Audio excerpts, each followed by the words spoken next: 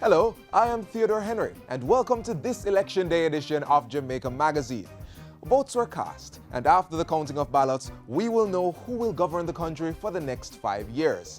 Several activities took place leading up to today's general election, and we'll share some of that with you, so please stay with us.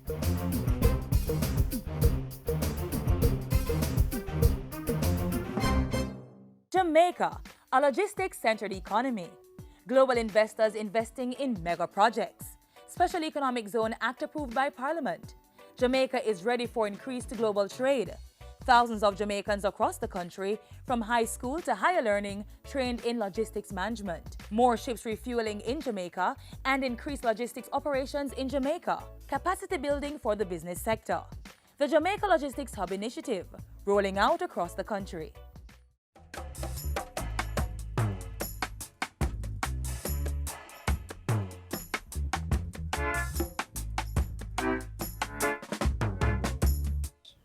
Did you know that the first general elections on the universal adult suffrage was in December of 1944? All males and females 21 years and older had the right to vote. It was on January 31 that the announcement was made for the general elections to be held today, February 25. Parliament was dissolved on February 5, with nominations of candidates on February 9. Several nomination centers were opened across the island, and 152 candidates registered their intentions to represent the people as members of Parliament for the 63 constituencies.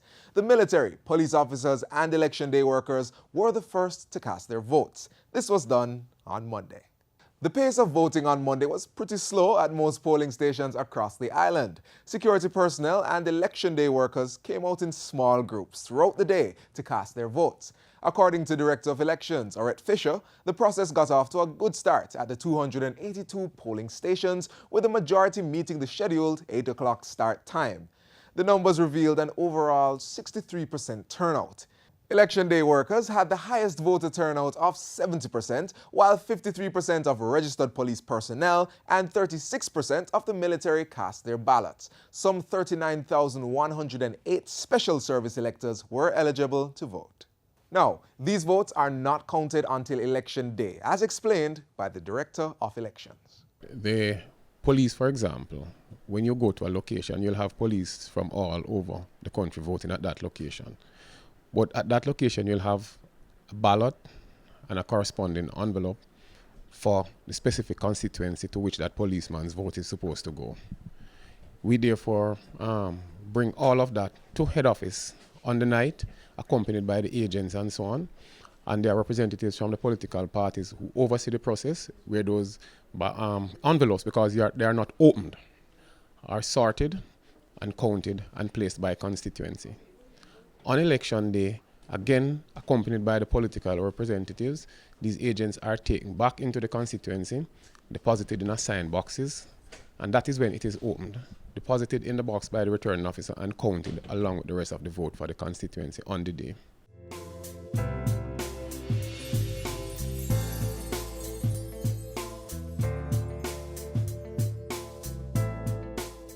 This is the Aedes aegypti mosquito that spreads the Zika, chikungunya, and dengue viruses. Protect yourself from the bite of this mosquito. A message from the Ministry of Health. We want a productive Jamaica. We are not productive Jamaicans. Productivity to move forward on this land. Productivity, that's the way to go, we should understand. Productivity is the way to go for all us Jamaicans. Small business, big business, old and young, we are tell every woman and man. We want growth and prosperity for a better nation with a building plan. So we can build our product and sell our product and put more money in our hand. Our economy can rise to a level and build a better nation. Productivity to move forward on this land. Productivity, that's the way to go, we should understand. Productivity to move forward on this land. Productivity, that's the way to go, we should understand. Productivity. Productivity, pathway to prosperity. A message brought to you by the Jamaica Productivity Center, a department of the Ministry of Labor and Social Security. Today, thousands of Jamaicans went to the polls. Ever wondered what happens after that ballot has been placed in the box? The process is a lot more than just counting and announcing a winning party. Watch this.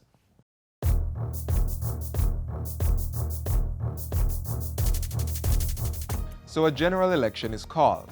People go to the polls on the day and cast their votes between 7 a.m. and 5 p.m. At 5 o'clock, the polls are closed. Anybody who is online at 5 is allowed to vote. If you are not online at 5, then you would have lost that opportunity. The top of the box is sealed and there's some paperwork that is done, after which the ballot box is opened in front of all persons who are allowed to be in the station, and they'll count the ballots in front of all the persons who are allowed to be inside the station, meaning the poll clerk. The presiding officer obviously is the person in charge, and if there are any observers, as well as the political representatives. Included in this count are the ballots of military and police officers and election day workers that were cast 3 days before. That tally is done, and that is what is going to form the preliminary count. That report is given to the returning officer, who uses that to issue the preliminary results. On the morning after, all the ballots are now counted by the returning officer, and his finding is considered the final result. It can change in terms of the numbers, because a ballot that the presiding officer may have rejected or accepted, the returning officer might see it differently. The preliminary result will be on the night itself, and the returning officer usually completes that final count within 3 to 4 days. Celebrations would have already started from the preliminary results, and upon releasing of the final count, the winning party will bask in the victory of getting majority seats or votes. This result may change, however. There are instances when a seat is added or lost. It's a candidate's right, if they so desire, to seek a magisterial recount. In this case, the resident magistrate counts the ballots, and his or her decision now becomes final. They have, I think, 4 days within which to apply for the magisterial recount. The magistrate counts as soon as possible after the application, and once that magistrate makes that ruling, that is usually the result at that point. And it usually is requested if it's fairly close and the candidate thinks that there's a chance that it could be overturned if some ballots that were accepted were rejected, or some that were rejected are accepted, that kind of thing. At the end of the recount, the party with the most seats will take up leadership of the country. But not so fast. The leader of the winning party must first be sworn in as the new Prime Minister. So who's running the country in the meantime? Good question. The party that was in office prior to the general elections remains in command until the appointment of the elected Prime Minister by the Governor General. After this is done, the Prime Minister will then name and assemble the cabinet, appointing ministers who will form the executive arm of the government. When you're on the road, take your time. When you're on the road, bear this in mind. When you're on the road, you could save a life when you're on the road. As the country goes through a transitional process of selecting a new Prime Minister, one thing never changes, and that is the pursuit of Vision 2030, making Jamaica the place of choice to live, work, raise families, and do business.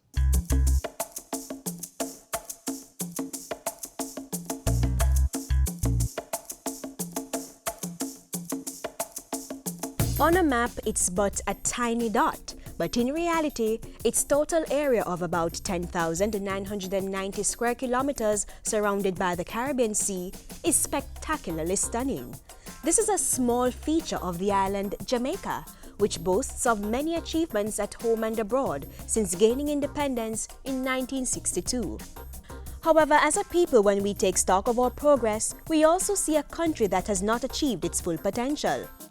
Vision 2030 Jamaica has been formulated to assist in remedying this situation. This long-term national development plan aims to put the country in a position to achieve developed country status by 2030. By the projected timeline, Jamaica will be the place of choice to live, work, raise families, and do business. The plan is guided by 4 national goals which are interdependent. Goal 1, Jamaicans are empowered to achieve their fullest potential. Goal 2, the Jamaican society is secure, cohesive, and just. Goal 3, Jamaica's economy is prosperous. And Goal 4, Jamaica has a healthy natural environment. However, if the plan is to succeed, there must be a carefully developed implementation, monitoring, and evaluation framework. Vision 2030 Jamaica is implemented through alignment with the plans and budgets of ministries, departments of and agencies of government in the first place, and also through alignment with the projects, relevant projects in the private sector, civil society, and very importantly, the country programs of our international development partners are highly aligned with Vision 2030 Jamaica.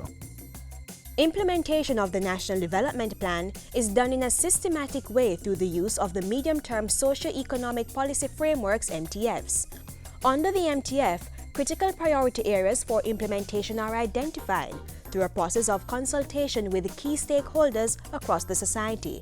This is done every 3 years from 2009 to 2030. 29 sector plans which were formulated as part of Vision 2030 Jamaica for areas deemed critical for Jamaica's development also form part of the framework for implementation by influencing the priority areas for the various MTFs.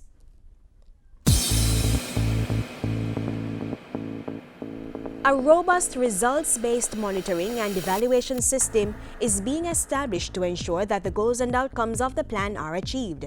This system builds on existing national and sectoral frameworks.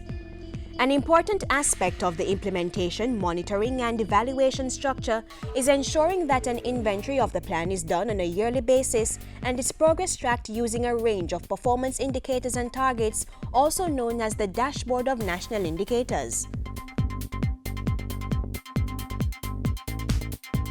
We, in fact, maintain a comprehensive database of these indicators called the JAMSTATS database here in the PIOJ using the software provided by the United Nations.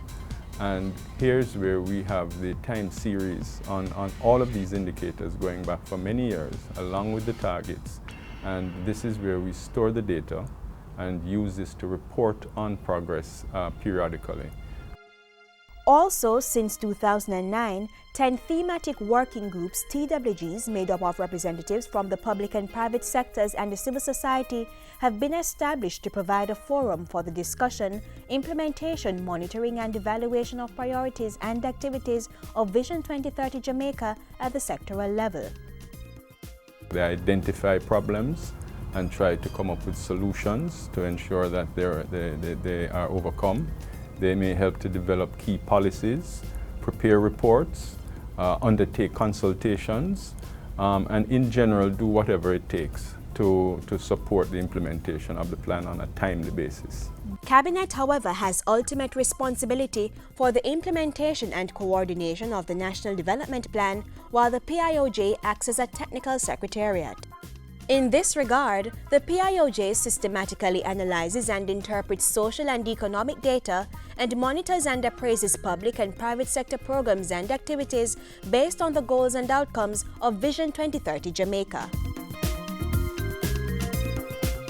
The first phase of implementation of Vision 2030 Jamaica 2009 to 2012 is now complete. A report on the progress is being prepared.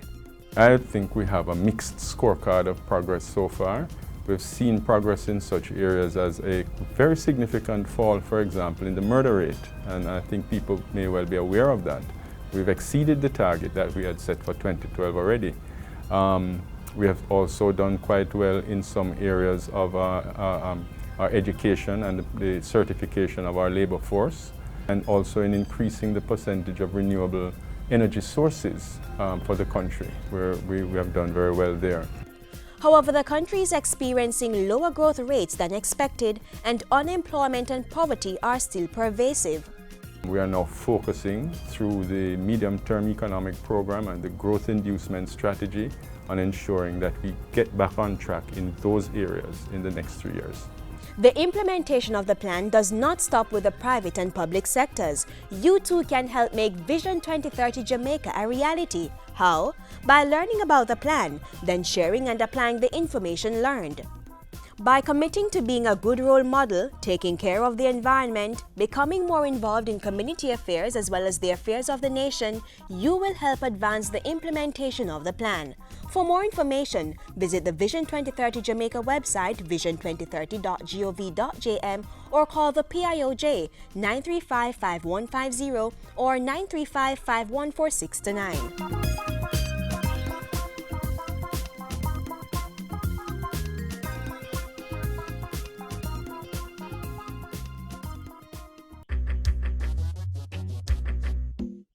Nutritious food, succulent dishes, superior workmanship, and excellent service. Jamaica is on the go. Let's grow what we eat and eat what we grow. Let's harness the indomitable spirit of our most valued resource, our people. Let's support our local businesses. After all, buying Jamaican means building Jamaica. A key target of Vision 2030 is to enable individuals to achieve their full potential.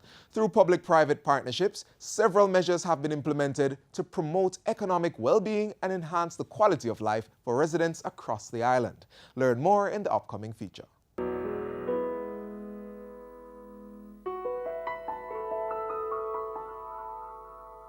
In a world riddled with the harmful effects of unresolved conflicts, it's always good to see glimmers of hope like this. Thanks to the work of the European Union's Poverty Reduction Program, PRP, scenes like these are becoming more popular across the island. PRP, which has been operating in Jamaica since 2001, aims to promote economic well-being and enhance the quality of life for residents in volatile communities. Implemented by the Jamaica Social Investment Fund, JSIF, the Poverty Reduction Program, now in its third phase, has provided life skills training in dispute resolution, sexuality management, vocational skills training, on-the-job placement, and remedial reading and literacy classes. The idea behind the program is to, as far as is possible, help to grow and develop persons in selected communities, to help empower those persons to take better control of their situations, move them out of the state of poverty. Funding for the various projects is provided by a component of PRP called Grants of Low Amounts, GOLA. GOLA awards a maximum of €10,000 to community-focused groups. Assistance is also given by the Jamaican government. One of the many groups that have benefited from the PRP is the Family and Parenting Center in St. James.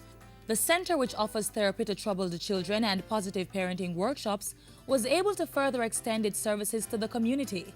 Most of the youth who entered the program had anger management issues. I could not walk away from conflict. I was a very aggressive person, and I also get involved in fights.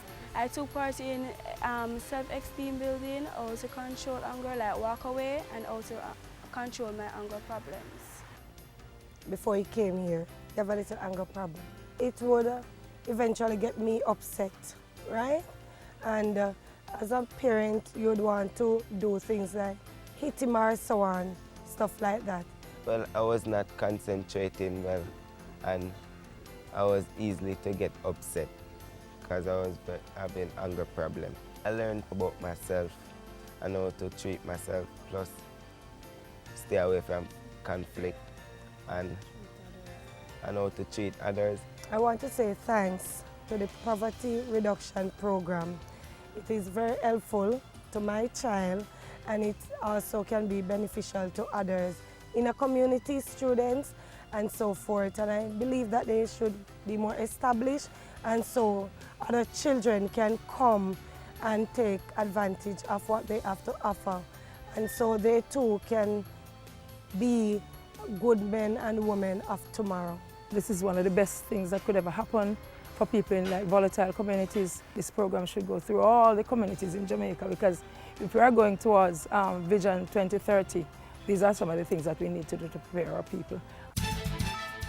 Over in Kingston, through Hope Worldwide Jamaica, PRP Phase 3 has also spread some good cheer to residents of Fletcher's Land and surrounding communities. We received a grant of €10,000, and the main aim of the project was to do employability and skills training. So the various skills training such as PC maintenance, computer application, customer service, that would allow the youth to be more marketable. Camille McIntosh and Jamil Smith are just two of the many participants of the program whose lives have changed dramatically. Rewind to last year, and they were both at a standstill, waiting for an opportunity to burst free and excel. Fast forward to today, and they're doing just that, thanks to the JSIF implemented PRP3. For Camille, the program has allowed her to fulfill her lifelong dream of being a cosmetologist. Right now, the Heart of Beauty College, which I'm now attending, it has helped me a lot because I am now doing my home care service, which I go to person's home and I will go ahead and do the hair for persons who think it's difficult going to the salon, especially on Sundays. Being in the program, it has helped me a lot to elevate my education, and not only elevating my education, or to become more of a professional and being a woman. And for Jamil, it has pushed him one step further to becoming an IT expert. I participated in the life skills, PC maintenance and support, and the customer service. In the computing maintenance and support, I actually have a 1 in CXC, so I got a gradual strength on that because strength is change is gradual for the person. So I got more strength in the computing field, practically, mentally, and I even went on apprenticeship at Net Services due to the fact that I was in this program. I am very, very grateful, honestly, because being at home, don't have a job, you have to sit down and depend on people, it's not nice. And not only that, I like cosmetology as well, and I always want to go aboard and do cosmetology. And since PRP come on board, they have helped me. I'm very elated at the fact that the PRP came on board with the Oberoi Jamaica staff and gave them such a great grant that helped me. Already over 8,000 persons have been directly assisted by the Poverty Reduction Program 3. For more information on the work of the PRP, call the Jamaica Social Investment Fund at 968-4545 or send an email to feedback@jsafe.org or visit their website, jsafe.org. Remember to like their Facebook page. The Jamaica Social Investment Fund, investing for community development.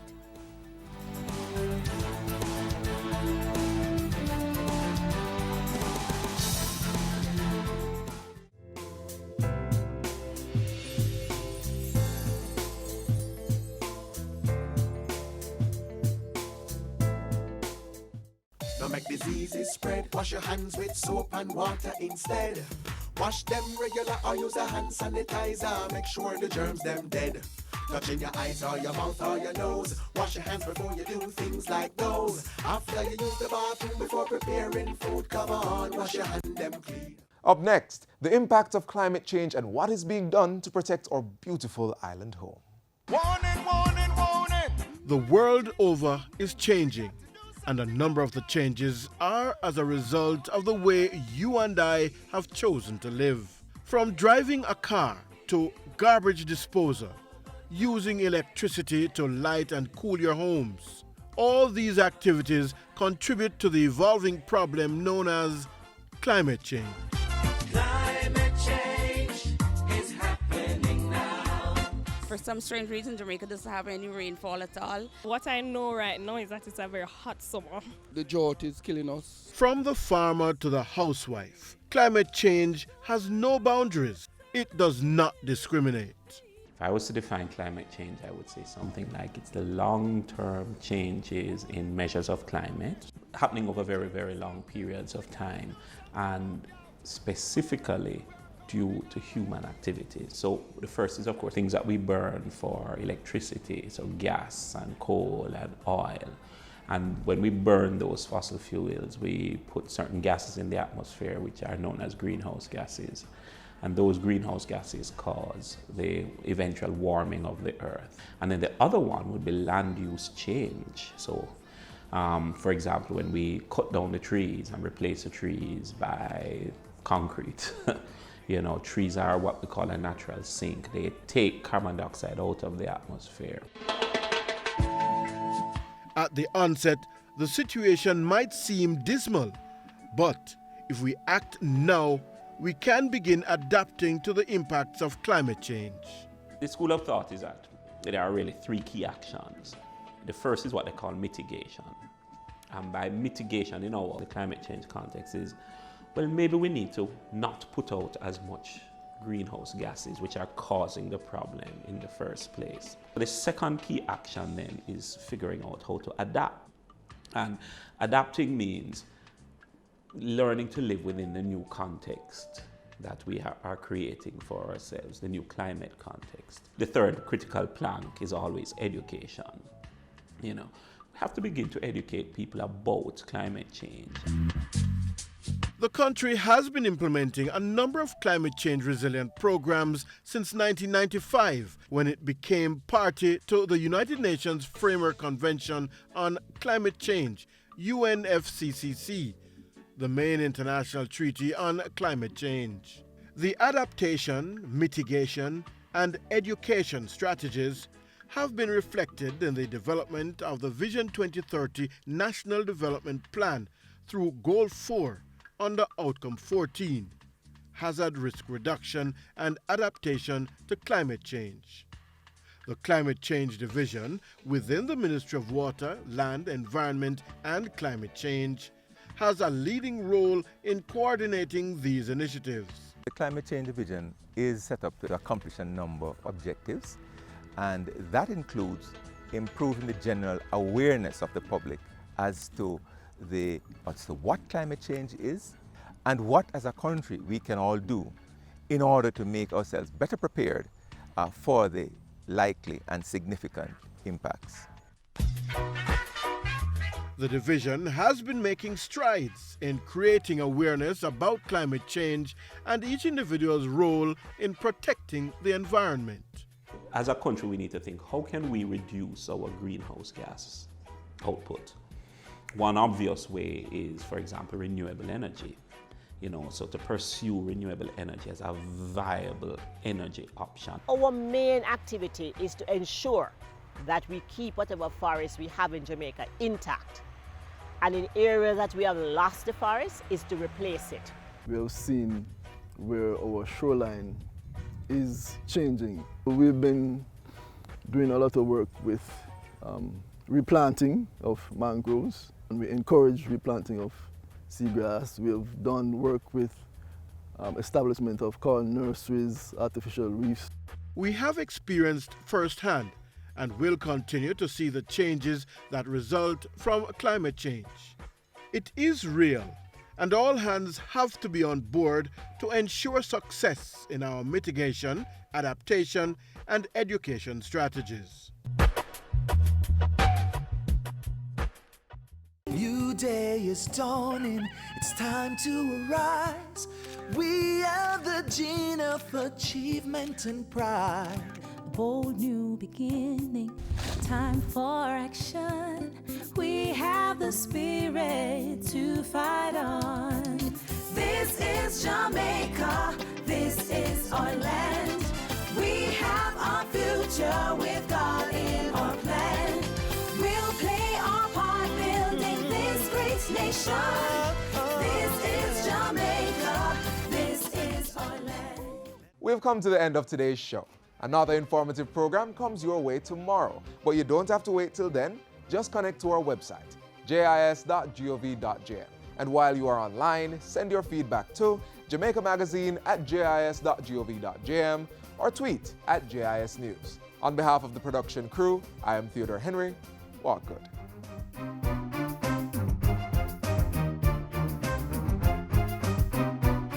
This has been a production of the Jamaica Information Service, the voice of Jamaica.